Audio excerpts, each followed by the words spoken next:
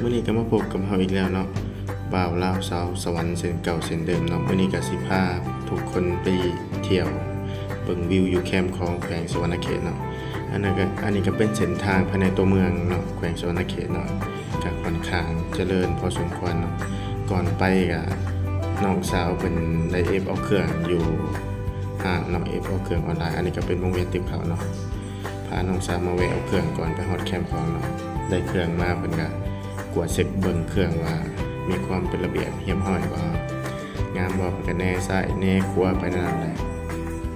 หลังจากนั้นก็ออกเดินทางต่อเนาะก็ตัดภาพมาฮอดเส้นทางแคมป์ของเนาะแขวงสวรรณเขตผู้ที่อยู่แขวงสวรรณเขตก็คือสิเคยเห็นเนาะสำหรับผู้ที่อยู่ต่างแขวงก็อาจจะบ่เคยมาสำหรับบางคนก็เบิ่งเอาในคลิปนี้ก็ได้เนาะตัดภาพมาฮอดแคมป์ของหน้าเพิ่นก็เบิดมาฮอดเบิดก็เจอประมาณนี้ก็อยากค่อนข้างแดดเนาะตะเวนยังสูงเพราะว่าอยากมาถ่ายเอาวิวตามแคมป์ของให้มันเห็นถ้าว่ามืดหลายก็สิบ่เห็นวิวเนาะนางเพิ่นก็ได้ซื้อน้ำตามแคมป์ทางมาก็ถอใส่จอกเล็กยามมันบ่หวานยามมันบ่ซื่อใจเพิ่นผู้นี้ก็มักกินหวานแฮงเนาะมักก็เตือนอยู่หลายเทื่อเนาะหลังจากนั้นยังบ่พอใจกับเครื่องที่เพิ่นมาเพิ่นก็ได้กวดสอบเบิ่งคืนเยิงเข้าเยิงออกแย่งซ้ายแย่งขวาเอาโทรศัพท์ปิ่นอยู่หั่นแหละหลังจากนั้นก็ไปตั้งแล้วก็ลองเครื่องถอยเข้าถอยออกอยู่ในนั้นแหละครับอันขาตั้งเพิ่นย้ายไปย้ายมาเพราะว่าเพิ่นมีความสุขเห็นนะบ่ได้สนสายตาเลยเนาะคนย่างไปย่างมาต่อมาก็พากันมาย่างเลาะตามเส้นทางแคมป์ของเนาะอยู่ในนี้ก็สิมีอันบอลออกกำลังกายสำหรับผู้ใหญ่เนาะแล้วก็มีบอลลินของเด็กน้อยเนาะผู้ใดที่พาลูกพาหลานมาก็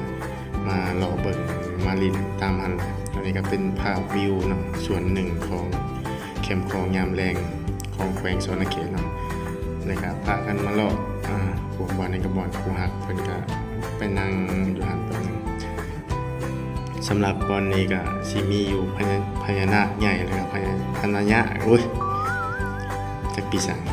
พญานาคประจำวันเกิดเนาะก็สิมีสีประจำวันเกิดนั่นอันนี้ก็เป็นวิวที่พญานาคใหญ่นะหัวปิ่นไปทางประเทศเพื่อนบ้านก็คือประเทศไทยเนาะมื้อนี้คนก็บ่อยากหลายเนาะปกติคนสิหลายกว่านี้เนาะคนที่มันออกกำลังกายอย่างเที่ยวอย่างนี้แต่สำหรับมื้อนี้ก็บ่มีหลายปานใดก่อนสิกลับนางเพิ่นก็อยากประลองสีมือในการยิงปุ้งปึ๊บไปลูกทำอีกบ่ถือจะลูกทำอีกเลยเนาะยิ้มเก๋อเลยจกเงินให้เขาลองอีกดอกที่2ฟาดก็ยังบ่ถืออีกคือเก่าก็เกือบตอนเขาตาตัวเองความว่าเฮงความประมาณของเพิ่นเนาะยิง2ลูกทำอีกก็บ่ถือต่อมาก็ก่อนกลับอีกเนาะว่าสิกลับแล้วก็เพิ่นก็ยังอยากไปรอบอนเขาขายอาหารพาอย่างรอ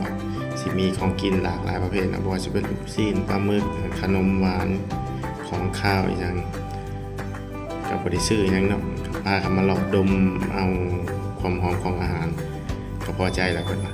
สิได้ขายเครื่องเสื้อผ้าก็มีอยู่นี่ผู้ใดสนใจก็มาเลาะเลือกเบิ่งได้เนาะ